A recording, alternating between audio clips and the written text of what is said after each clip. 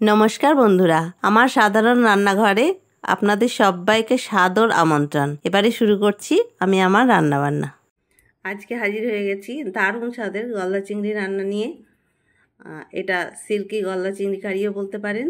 আজকে এই গলদা চিংড়ি একদম অন্যরকমভাবে আমি রান্না করব। কড়াইয়ে নিয়েছি জল, জলটা ফুটে গেছে। এবারে একে একে দিয়ে দিচ্ছি টমেটো, দিয়ে দিচ্ছি পেঁয়াজ, দিয়ে দিচ্ছি কয়েক রসুন, দিয়ে দেবো আদা, দিয়ে দিচ্ছি 4টে এলাচ, 2টো লবঙ্গ আর 2 টুকরো দারচিনি, দিয়ে দেবো 1 চামচ জিরে, জিরেটাও এই জলের মধ্যে দিয়ে দেবো, দিয়ে দেবো একটা কাঁচা লঙ্কা,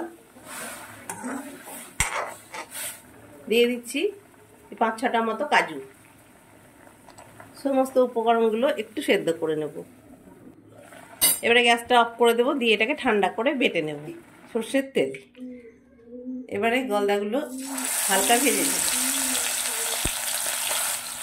গলদাগুলো এইভাবে পরিষ্কার করে নিয়েছি। মাথার এখানটায় একটা নোংরা থাকে, সেটাও বের করে দিয়েছি একদম।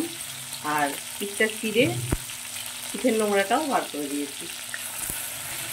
এর আগে একটা গলদার ভিডিও দিয়েছি, সেই ভিডিওটায় খুব ভালো করে আমার দেখানো আছে কীভাবে এই গলদাগুলো পরিষ্কার করে নিয়েছি আমি। এবারে এই গলদাগুলো হালকা ভেজে নেব। গলদাগুলো এরকম হালকা ভেজে নিয়েছি, এবার তুলে নেব।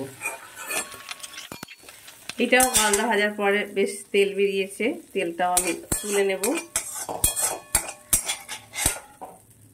এবার কড়াইয়ে দিয়ে দিচ্ছি আরও খানিকটা সর্ষের তেল। তেলটা খুব ভালো মতো গরম হয়ে গেছে। এবার যে উপকরণগুলো আমি একটু সেদ্ধ করে নিয়েছিলাম সেগুলো মিক্সিতে বেটে নিয়েছি, এবার সেটা দিয়ে দেবো।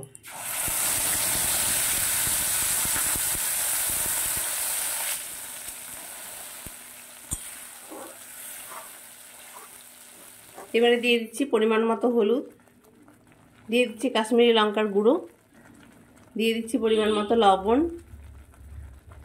স্বাদ হওয়ার জন্য দিয়ে দিচ্ছি একটু চিনি।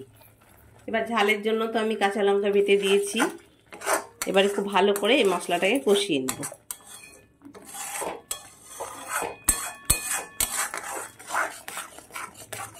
একটু ঢাকা দিয়ে দিয়ে মশলাটাকে ভালো করে কষিয়ে নেব। মশলাটা দিয়ে খুব ভালো মতো তেল ছাড়া ছাড়া হয়েছে।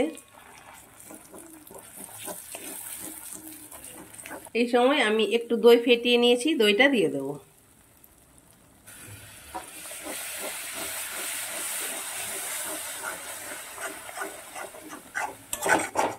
দইটা দিয়েও আর একটু মশলাটাকে ভালো করে নেড়ে চেড়ে নেব। এইভাবে একবার বাড়িতে গলদা চিংড়ি রান্না করে খেয়ে দেখবেন, এটা আশা করছি ভালোই লাগবে খেতে। মশলাটা দিয়ে খুব ভালো মতো তেল ছাড়া ছাড়া হয়ে গেছে, মশলাটা কষানো হয়ে গেছে।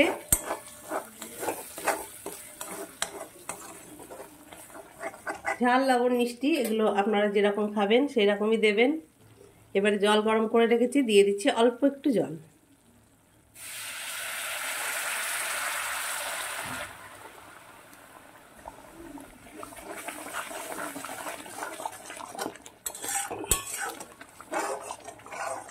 এবার গলদা চিংড়িগুলো দিয়ে দেবো।